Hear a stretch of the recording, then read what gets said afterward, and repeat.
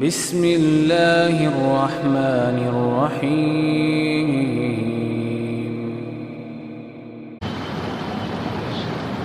دجال کیا ہے، اس سلسلے میں مسلم شریف کی ایک روایت ملاحظہ فرمائیں۔ روایت یوں ہے: وعن ابی ہریرہ رضی اللہ عنہ قال قال رسول اللہ صلی اللہ علیہ وسلم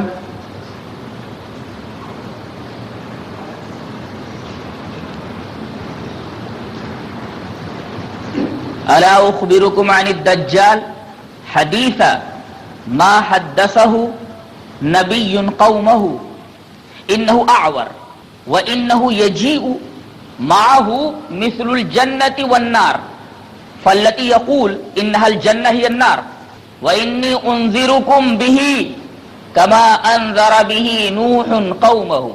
حضرت ابو ہریرہ رضی اللہ تعالیٰ عنہ سے روایت ہے، انہوں نے کہا کہ فرمایا نبی پاک صلی اللہ علیہ وسلم نے، کیا میں تم لوگوں کو دجال کے بارے میں ایسی بات نہ بتا دوں کہ کسی نبی نے وہ بات نہیں بتائی ہے؟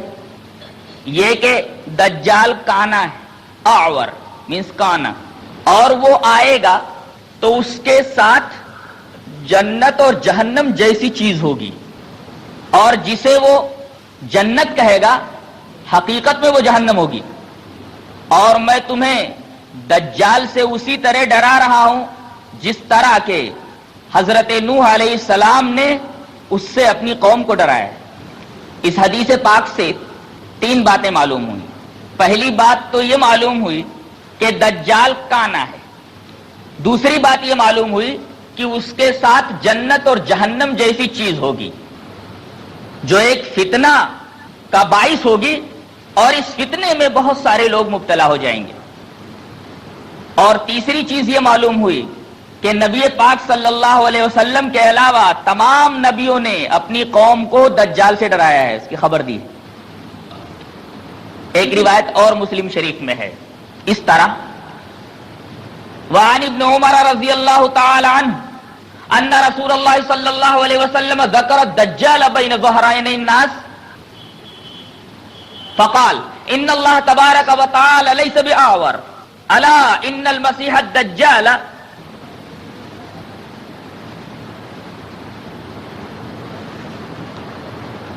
عینہ الیمنی کان عینہ عنبۃ طافیہ۔ حضرت ابن عمر رضی اللہ تعالیٰ عنہ سے روایت ہے کہ نبی پاک صلی اللہ علیہ وسلم نے دجال کا ذکر کیا لوگوں کے سامنے، اور یہ کہا کہ اللہ تبارک و تعالی کانا نہیں ہے۔ ہاں یہ بات ذہن میں رکھ لو کہ مسیح دجال اس کی داہنی آنکھ کانی ہوگی، اور اس طرح ہوگی جیسے کہ پھولا ہوا انگور۔ تو دجال کی ایک پہچان تو یہ ہوگی کہ اس کی داہنی آنکھ کانی ہوگی۔ دوسری پہچان حضرت انس رضی اللہ تعالیٰ عنہ سے مروی ایک روایت میں ملتی۔ روایت اس طرح ہے: وعن انس رضی اللہ تعالیٰ عنہ ان نبی اللہ صلی اللہ علیہ وسلم قال الدجال مکتوب بین عینیہ کافر، کہ دجال کی ایک پہچان ہے کہ اس کی دونوں آنکھوں کے درمیان کافر لکھا ہوا ہوگا، یعنی کافر۔ یہ دجال کی دوسری پہچان ہے۔ امام مسلم رحمت اللہ علیہ نے مسلم شریف میں ایک باب باندھا ہے، باب قصۃ الجساسہ، اور اس کے تحت عامر ابن شراحیل سے ایک روایت لائیں۔ عامر ابن شراحیل کہتے ہیں کہ میں نے مشہور صحابیہ فاطمہ بنت قیس سے سوال کیا کہ نبی پاک صلی اللہ علیہ وسلم کی کوئی حدیث مجھ سے اس طرح بیان کرو کہ درمیان میں کوئی واسطہ نہ ہو، مطلب یہ کہ تم نے نبی پاک صلی اللہ علیہ وسلم کی وہ حدیث اپنے کانوں سے سنی، یہ نہیں کہ فلاں سے میں نے سنا کہ وہ ایسا کہہ رہا تھا۔ تو حضرت فاطمہ بنت قیس رضی اللہ تعالی عنہا نے کہا کہ ایک دن میں نے ایک منادی کو یہ اعلان کرتے ہوئے مدینے میں سنا کہ نبی پاک صلی اللہ علیہ وسلم کا حکم ہے کہ تمام لوگ مسجد میں جمع ہو جائیں۔ میں بھی مسجد میں پہنچ گئی، نبی پاک صلی اللہ علیہ وسلم نے نماز پڑھائی، میں نے بھی نبی پاک صلی اللہ علیہ وسلم کے پیچھے نماز پڑھی، اور میں عورتوں کے صف میں تھی جو سب سے پیچھے صف تھی۔ اس کے بعد نبی پاک صلی اللہ علیہ وسلم منبر پر بیٹھے اور ہنسے اور فرمایا کہ ہر ایک آدمی اپنی نماز کی جگہ پر بیٹھا رہے. اس کے بعد آپ نے کہا جانتے ہو میں نے تم لوگوں کو رکنے کے لیے کیوں کہا ہے, تم لوگوں کو کیوں بلایا ہے؟ تو صحابہ کرام رضوان اللہ تعالی علیہم اجمعین نے کہا کہ اللہ اور اس کے رسول زیادہ جانتے.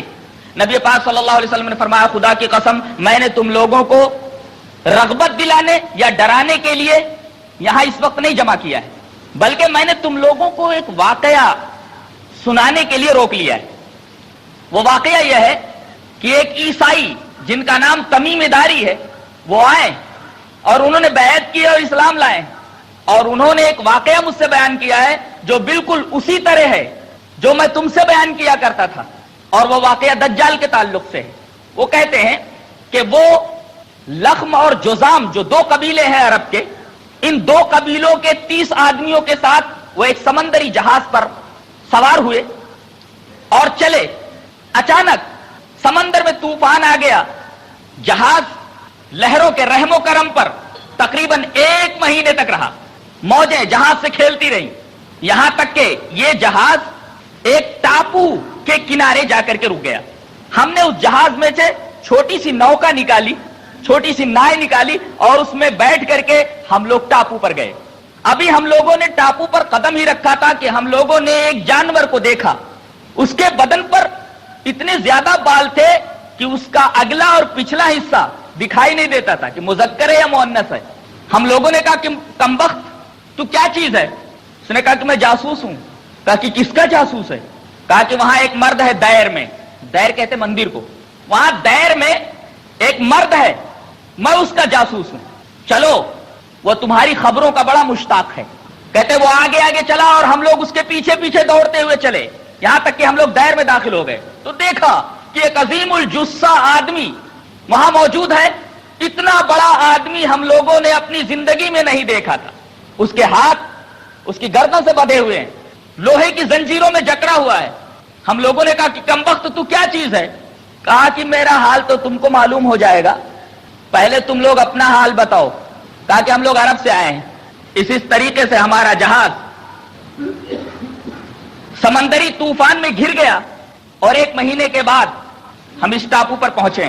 تو وہ پوچھنے لگا کہ بیسان کے نخلستان کا کیا حال ہے؟ کہا کہ پھلتا پھولتا ہے. کہا کہ عنقریب وہ نخلستان پھل دینا بند کر دے گا. اب بتاؤ دریائے تبرستان کا کیا حال ہے؟ کہا کہ پانی بھرا ہوا ہے. ہم لوگوں نے کہا کہ اس میں پانی ہے. کہا کہ عنقریب اس دریا میں پانی نہیں رہے گا. اب زغر کے چشمے کے بارے میں بتاؤ. کہا کہ اس میں پانی ہے, لوگ اس پانی سے کھیتی کرتے ہیں. کہا کہ اچھا پیغمبر عرب کے بارے میں بتاؤ. کہا کہ مکہ سے چل کر مدینہ آ گئے. تو اس نے پوچھا کیا عرب ان سے لڑے؟ کہا کہ ہاں لڑے. کہا کہ نتیجہ کیا ہوا؟ کہا کہ یہ پیغمبر ان سب کے اوپر غالب آ گئے اور انہوں نے اطاعت قبول کر لی ہے, اسلام کے سامنے سرنگو ہو گئے ہیں, نبی پاک صلی اللہ علیہ وسلم کے اطاعت کے دائرے میں آ گئے. کہا کہ ان کے لیے یہی بہتر تھا کہ وہ پیغمبر عرب کی اطاعت کرتے. اب میرا حال سنو, میں مسیح دجال ہوں اور قریب ہے کہ مجھے یہاں سے نکلنے کی اجازت دی جائے. میں نکلوں گا اور 40 دن تک میں دنیا میں رہوں گا اور کوئی بستی ایسی نہیں باقی بچے گی جس کے اندر میں نہ پہنچ جاؤں سوائے مکہ اور مدینہ کے. میں جب ان 2 شہروں میں گھسنے کی کوشش کروں گا تو ایک فرشتہ ننگی تلوار لیے میرے سامنے آ کھڑا ہوگا اور مجھے ان 2 شہروں میں گھسنے نہیں دیا جائے گا, اس لیے کہ ان 2 شہروں کے ہر ناکے کے اوپر فرشتے پہرا دے رہے ہوں گے. 40 دن تک میں رہوں گا دنیا میں.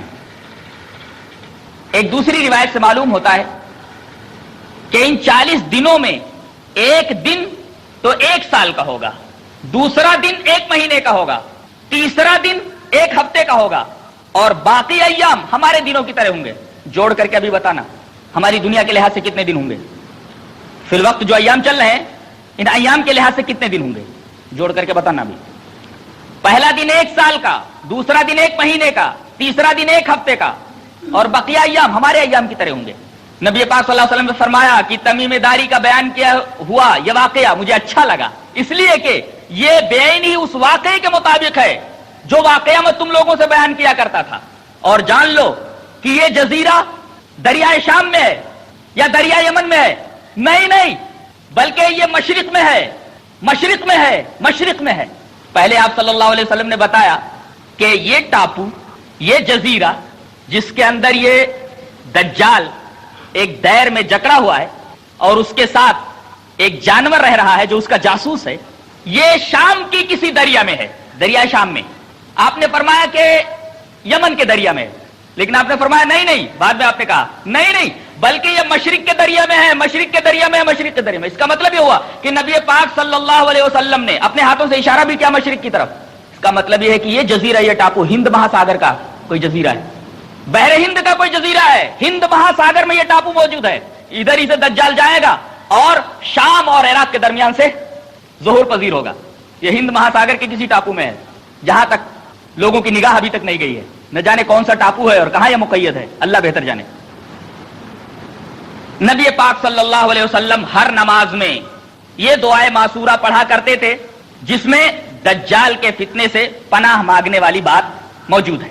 ہر نماز میں نبی پاک صلی اللہ علیہ وسلم کا دجال کے شر اور اس کے فتنے سے اللہ تبارک و تعالیٰ کی پناہ چاہنا در حقیقت ہمیں یہ تصور دلاتا ہے کہ دجال کا فتنہ بڑا زبردست فتنہ ہوگا، اچھے لوگوں کے قدم متزلزل ہو جائیں گے، ایمان ڈگمگا جائے گا، لوگ اپنے ضمیر بیچ دیں گے، اپنا ایمان کھو دیں گے۔ صحیح حدیثوں میں آتا ہے کہ یہ آسمان سے کہے گا پانی برسا تو آسمان پانی برسائے گا، زمین کو حکم دے گا پودے اگا، زمین پودے اگائے گی، ویرانوں سے کہے گا اپنے خزانوں کو اگل دے، ویرانے خزانہ اگل دیں گے۔ ایک آدمی کو، مسلم شریف کی روایت ہے، اگر میرا حافظہ غلطی نہیں کر رہا ہے تو غالباً وہ روایت نواس ابن سمان سے ہے، جس میں یہ بات موجود ہے کہ ایک آدمی کو آرے سے چیر کر کے 2 ٹکڑوں میں بانٹ دے گا اور پھر کہے گا قم، کھڑا ہو جا، زندہ ہو جائے گا۔ گویا کہ مردہ آدمی کو زندہ کر دے گا، قتل کرنے کے بعد دوبارہ زندہ کر دے گا۔ اتنے تمام شعبدے دکھانے کے بعد بھی آسمان سے کہے گا بارش برسا، آسمان بارش برسائے گا، زمین کو حکم دے گا پودے اگا، زمین پودے اگائے گی، ویرانوں سے کہے گا اپنے خزانوں کو اگل دو، ویرانے خزانے اگل دیں گے، آدمی کو قتل کر دے گا، کہے گا کھڑا ہو جا، آدمی زندہ ہو کر کھڑا ہو جائے گا۔ اس کے باوجود بھی نبی پاک صلی اللہ علیہ وسلم نے فرمایا کہ وہ کافر ہوگا، ملعون ہوگا، جھوٹا ہوگا، مفتری ہوگا، کذاب ہوگا، بدماش ہوگا۔